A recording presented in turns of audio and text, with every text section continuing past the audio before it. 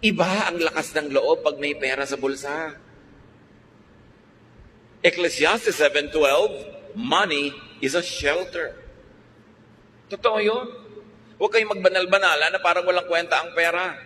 Sabi sa Bible, Ecclesiastes 10:19, money is the answer for everything.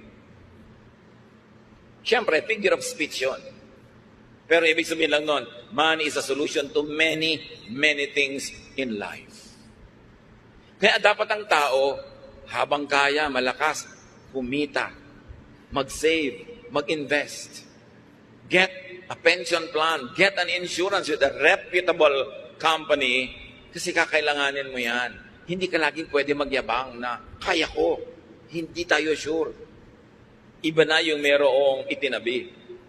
Tulad ng babae sa Proverbs 31:25, dahil siya masipag, marunong mag-invest,